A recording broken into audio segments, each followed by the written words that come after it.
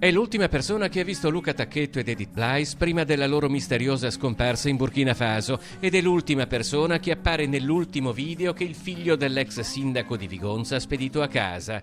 Robert Guillotot è il francese sposato con una burkinabè residente a Bobo Dioulasso, con più di 500.000 di abitanti, la seconda più grande città del paese africano, che ha ospitato i due giovani scomparsi il 15 dicembre. Guillotot è ora stato raggiunto dai media canadesi in Africa e ha descritto Luca ed Edith come educati e gentili, tanto da temere che questa gentilezza e ingenuità possa averli danneggiati.